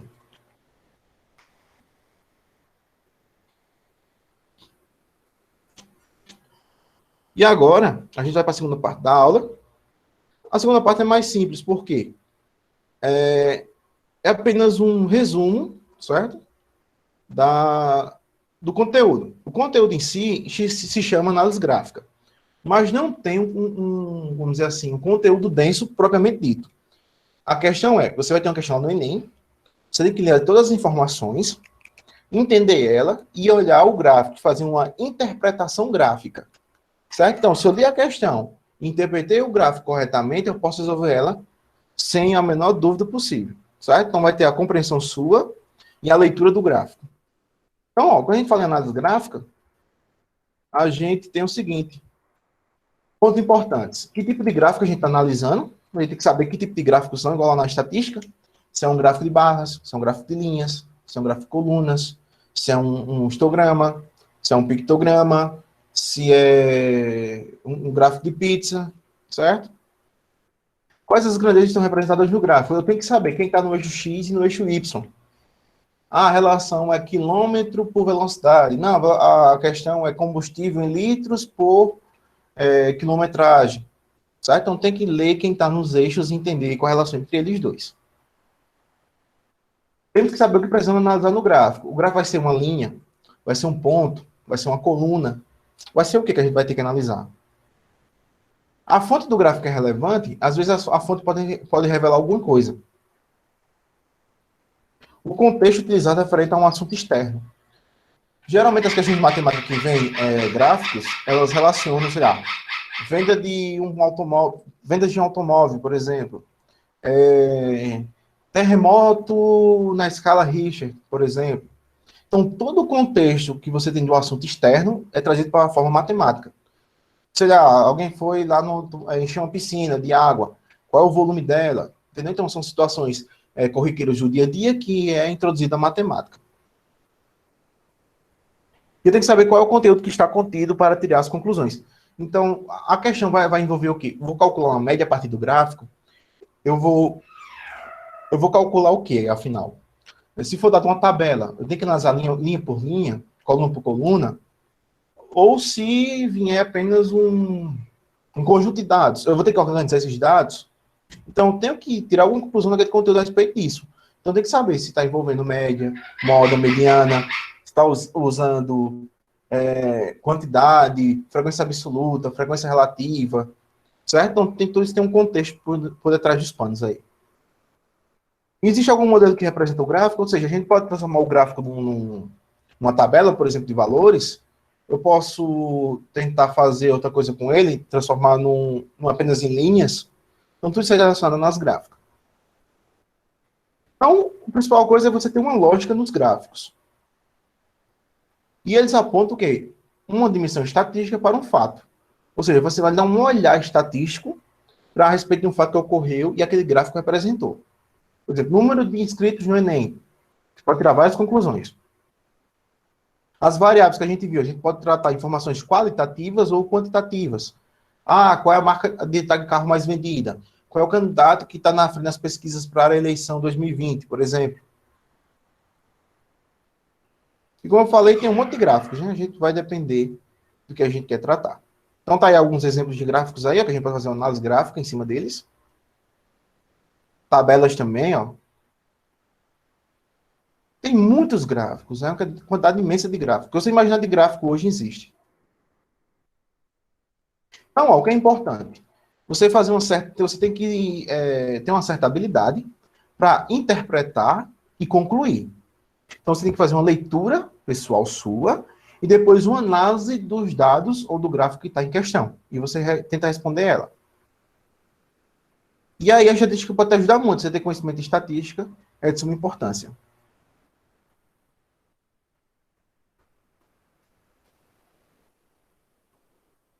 Ó, por exemplo, Se a gente quiser mostrar o tamanho dos maiores prédios do mundo, a gente pode fazer um gráfico de barras. As espécies de animais ameaçadas de extinção na Mata Atlântica, a gente pode fazer um gráfico de setores, no caso aí a porcentagem de cada uma espécie. Evolução do desmatamento na região da Amazônia, a gente pode fazer um gráfico de segmentos, que ele mostra o crescimento e o decrescimento. Eu pensei que alguém tinha pedido para entrar. Ocorrência de um fenômeno natural datado em intervalo de tempo. Vocês podem fazer um histograma, em que os anos são os intervalos de tempo. Então, aí tem uma grande importância aí. Você pode usar diversos tipos de tabela. Tabelas simples, tabelas compostas. Tem muita coisa mesmo para vocês analisarem, certo? Então, esse aqui foi um resumo meu que eu fiz, já com minha experiência já no ramo de sala de aula, que eu tive que criar, porque os alunos tinham dificuldade em entender algumas coisas, e eu tive que modelar isso em textos, em análises e outras coisas mais. Tem mais alguma coisa aqui para acrescentar? Aqui é só mostrando novos gráficos. Então, vamos lá. A gente tem que, resumindo, né, o conteúdo, a gente tem que fazer 3 observações. Observar, primeiramente, quais informações ou dados estão presentes nos eixos vertical e horizontal, ou seja, quem está no X e no Y, para então fazer a leitura adequada do gráfico. Segundo, fazer a leitura isolada dos pontos. Os pontos vão fazer para mim alguma diferença? São mais crescentes, são mais descrescentes. Tem que saber qual é a variação dos pontos. E ler com atenção o enunciado. Esse é o ponto de Aquiles de todo o candidato ao Enem. Às vezes não lê direito o enunciado, passa por cima, diz que leu e vai fazer uma coisa. Quando termina de fazer a questão, que vai olhar, a questão não estava pedindo aquilo não. Você tira outra conclusão daquilo. Aí terminou errando, ou terminou também acertando, né? Você pode refazer algum cálculo lá que você não fez e acertar. Mas só que a maioria das vezes, você além de errar, você muda de novo e erra novamente. Por quê? A leitura é essencial. Então, apenas uma leitura não é suficiente, não. Você tem que fazer uma leitura geral, olha o gráfico, olha o que o texto está dizendo, quais são as informações, para depois você tirar alguma conclusão daquilo para tentar resolver o exercício. Então, aí a gente vai partir para a lista número 4. A lista número 4, a gente tem nas gráficas também. A gente tem 4 gráficos aí para a gente analisar. Então, vamos lá. Vou dar um zoom nisso aqui na questão 6, para vocês verem que tem questões que você basta ler com atenção o que está dizendo, que a gente tem que encontrar a resposta. Diz assim, ó, a questão 6. Na intenção de ampliar suas fatias de mercado, as operadoras de telefonia apresentam diferentes planos e promoções. Uma operadora oferece 3 planos diferentes, baseados na quantidade de minutos utilizados mensalmente, apresentados no gráfico. Um casal foi a uma loja dessa operadora para comprar 2 celulares, um para a esposa e outro para o marido. Ela utiliza o telefone em média 30 minutos por mês, enquanto ele utiliza em média 90 minutos por mês. Então, esse aí é o tempo de uso, ou tempo de ligações que cada um vai fazer. E aí eu tenho as informações no gráfico aí, ó, dos 3 planos. Ó. O plano mais escuro é o A, ó. A gente tem um A aqui, a gente pode até marcar aqui, ó. O A. O dedilhadozinho aqui embaixo é o B, ó. E o mais acima, a gente tem o C. Então, a gente já identificou quem são os planos. No eixo X aqui, ó, a gente tem ó, o tempo, em minutos. E aqui a conta em reais, ó, que é no eixo Y. Então, aqui o eixo Y aqui, quer dizer a conta. E aqui o eixo X é o número de minutos. E a pergunta é, ó, com base nas informações do gráfico, qual é o plano de menor custo mensal para cada um deles? Ou seja, eles querem gastar menos e usar mais do serviço. Então, você vai ter que imaginar o seguinte aqui, ó. Você entendeu a questão? Entendi. O que é que a questão está dizendo? Está modelando uma situação em que um casal quer comprar 2 celulares e cada um usa um tempo em média, calculado em média aí de uso mensal. E aí eu tenho que analisar qual o melhor plano para ele e qual o melhor plano para ela. E no gráfico está dizendo que a relação entre minuto, que é o tempo, por reais, que é o valor da conta. Então, se eles querem o menor plano, a gente vai olhar o seguinte, ó. Ela utiliza 30 minutos por mês, ó. Onde é que está 30? 30 está aqui, ó. Então, se a gente analisar essa linha aqui do 30, ó, subindo, a gente vai cair no primeiro plano aqui, ó, que é o plano C, ó. Certo? O plano C custa em média aqui, ó, R$ 35. Se eu levantar mais um pouquinho o gráfico, ó, aqui eu tenho um ponto A, certo? Ponto do gráfico A, que vai custar R$ 45 mensais. E aqui, mais um pouquinho em cima, ó, mais R$ 45, entre 45 e 60, a gente tem o plano B. Então, para a esposa aqui, o melhor plano para ela é o plano C. Então, a gente tem aqui, ó, o plano C para a esposa, certo? Então, tá aqui o E de esposa e o C de plano para ela. Já o marido dela usa apenas 90, ó. Então, 90 está aqui, ó. Aqui a gente pode dizer que é um M do marido. Se a gente subir aqui no 90, ó, a gente vai encontrar, ó, o plano B, que vale entre 75 e 90, o plano A, que vale mais ou menos R$ 90, ó, e o plano C, que é 105. Então, para ele, o melhor que tem é o plano B, ó. Certo? E agora vamos analisar as alternativas, ó.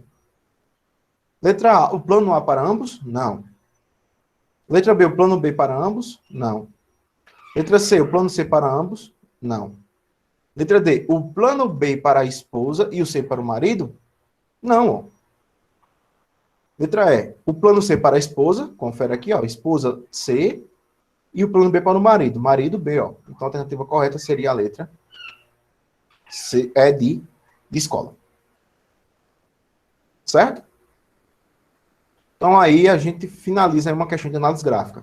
Você tem que ler o texto, ler o gráfico, fazer um apanhado aí dos pontos, aí, o que significa o eixo X e o eixo Y, e verificar a correlação entre pontos aí e linhas. No caso aí eu tenho o quê? O custo de uma conta mensal de celular a partir do número de minutos. E ele quer um mais vantajoso para eles, ou seja, o que dá menor custo para eles dois.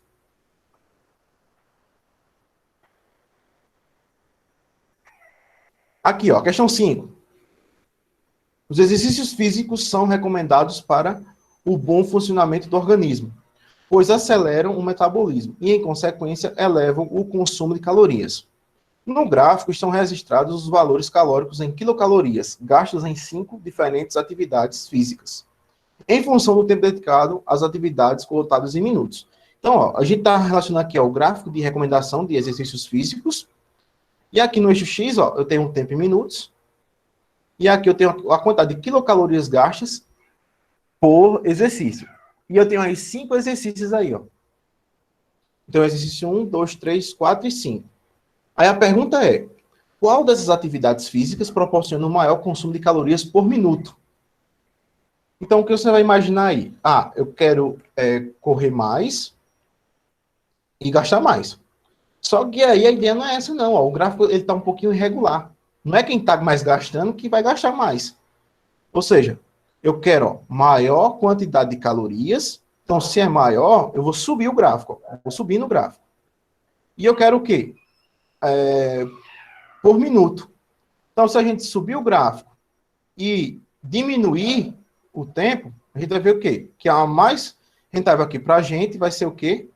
A atividade número 2. Por conta que tem que ser mais aqui, ó, a gente tem que subir, porque tem que fazer mais calorias em menos quantidade de tempo. Ó. Então, tem que vir da direita para a esquerda. Ó. Então, quem está mais acima e mais à esquerda é o item 2 aqui. Ó, certo? Se você quiser dividir também os pontos, também pode ser. Ó. Você pode dividir ó, 20 por 10, que vai dar o valor de 1. Pode dividir 100 por 15 para dar o valor de 2. 120 por 20 para dar o valor de 3. 100 por 25 para dar o valor de 4. E aqui 80 por 30 para dar o valor de 5. Você vai ver que o item 2, ele é o que mais gasta calorias por tempo. Certo?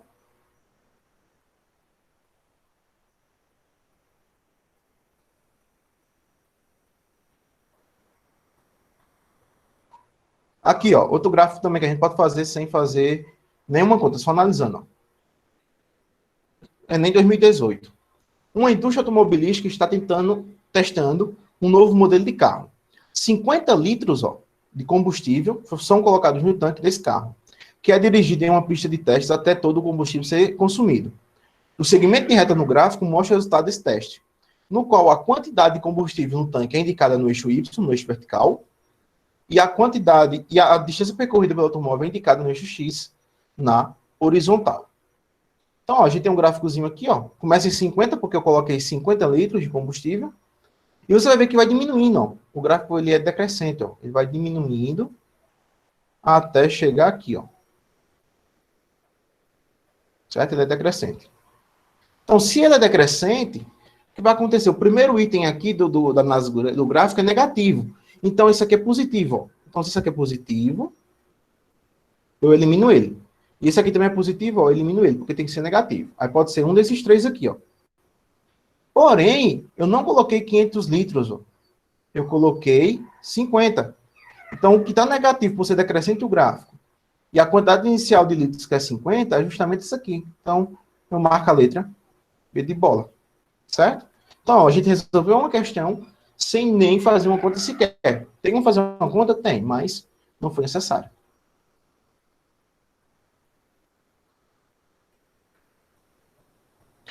Aí vamos fazer essa questão agora do Enem 2019. O gráfico a seguir mostra a evolução mensal das vendas de um certo produto de julho a novembro de 2011. Então, aí eu tenho um gráfico que mostra a evolução da venda de um produto de junho a novembro. Então, no eixo X, eu tenho de junho a novembro, por mês. E no eixo Y, tem uma quantidade de unidades vendidas. Ó. E eu tenho um valor para cada mês. Sabe-se que o mês de julho foi o pior momento, olha só, junho foi o pior momento da empresa em 2011. E que o número de unidades vendidas desse produto em dezembro ó, de 2011 foi igual à média aritmética dos meses de unidades vendidas nos meses de julho a novembro do mesmo ano. O gerente de venda disse, em uma reunião da diretoria, que se essa redução no número de unidades vendidas de novembro para dezembro de 2011 se mantivesse constante, olha só, essa redução aí mantivesse constante, as vendas só voltavam a ficar piores em julho de 2011, ó, e no final de 2012. Aí a pergunta é, o diretor financeiro rebateu imediatamente esse argumento, mostrando que mantinha a tendência, porque isso aconteceu em que mês? Ou seja, não foi como esperado. A tendência foi antecipada para algum mês aí. Então, eu quero saber qual é esse mês. Vai ser janeiro, fevereiro, março, abril ou maio. Então, para isso aí, a gente tem que analisar as situações. Então, vamos fazer aqui o que a questão está pedindo. Deixa eu fechar isso aqui. Ela está quase encerrando a aula, viu, gente? Só para a gente finalizar isso aqui, a gente termina. Vamos lá. A questão está dizendo o seguinte. Tem algumas informações que a gente grifou, né? Vocês viram que eu grifei, que vai ser importante para a gente resolver essa questão. Diz assim, ó. No mês de dezembro, olha só, no mês de dezembro de 2011, o total de vendas aí foi a média aritmética do número de unidades vendidas nos meses de julho a novembro. Olha isso. Então, vamos lá. De julho a novembro, a gente vai ter que colocar os valores aqui. Ó. Julho foi quanto? 700. Mais 2.500. Ó. Vamos colocar aqui todos os valores dos meses. Como foram 5 meses, vai ser 5 valores. 2.500 para agosto, julho, agosto, setembro, outubro, 2.700 e 2.800. E vou dividir pela quantidade de meses. Ó. Como eu estou dividindo por 5 aqui, são 5 meses. Então, somando em cima, vai dar 11.200 dividido por 5. Se eu dividir 11.200 por 5, eu vou ter o valor de 2.240. Certo? Achei o valor das vendas de dezembro. O que é que ele diz mais? Ele diz que em 2011, o decréscimo de novembro para dezembro foi de 460 unidades. Então, ó, o decremento aqui, ó, tá, o menos de novembro para dezembro foi de 460 unidades. Então, ou seja, deixaram de vender 450 unidades.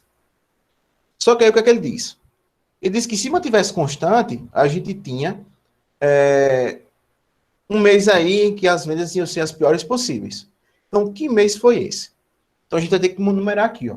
A gente vai ter novembro de 2011, dezembro de 2011, janeiro de 2012, fevereiro de 2012, março de 2012 e abril de 2012. Vamos tentar fazer isso aqui. Em novembro era quanto? Em novembro era 2.700. E lembre-se, vai diminuir quanto? 460, ó, que vou diminuindo. Então, ó, 2.700 menos 460 vai dar o valor de dezembro, que no caso vai ficar 2.240. Menos 460 vai dar o valor de janeiro de 2012, que vai ser 1.780. Menos 460, vou contar o de fevereiro, que é de 1.320. Menos 460, eu vou colocar o de março. O de março foi 860. E aqui em abril, menos 460, eu vou ter apenas 400. Certo? Então, essa é a análise. Eu achei o valor de dezembro, certo? Que foi 2.240, daqui, ó. O decréscimo, que faz a diferença dos dois, foi de 460, e vou diminuir esse valor. E a questão estava pedindo o seguinte, ó. Qual era o mês em que as vendas ficariam piores do que junho de 2011? Só que em junho de 2011, se a gente olhar lá no gráfico, ó, junho ou julho, deixa eu ver. Junho.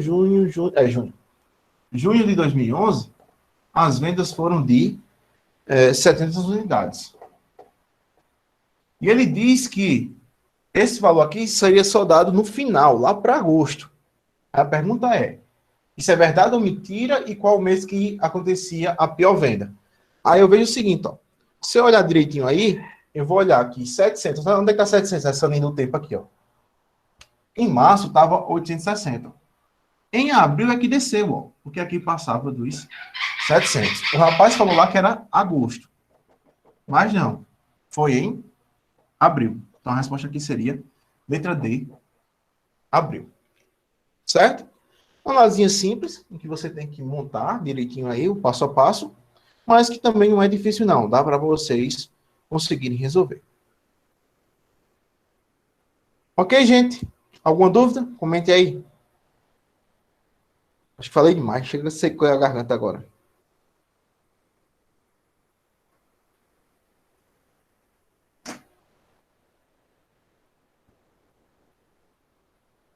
Então, fica aí para vocês aí as demais questões para vocês fazerem, certo? Infelizmente, a gente perdeu uma aula, certo? Fui comunicado na quinta. Já entrou em contato comigo dizendo que no dia 31 não ia ter mais aula de matemática. Então, eu tive que reorganizar o cronograma. E eu puxei esse assunto que era da última aula para a aula de hoje, certo? Para ficar geometria aí, análise gráfica. E na próxima aula, creio que é dia 17, se tudo ocorrer bem dia 17, vai ser uma revisão geral, certo? Eu vou falar sobre as competências, sobre as habilidades, sobre os assuntos por competência e pelo menos uma questão de cada competência. Como são 7 competências, no mínimo vai ser 7 questões, certo? Vou trazer para vocês para fazer uma revisão geral. Como vai ser nosso último encontro, a gente finaliza no dia 17. Tá ok, gente?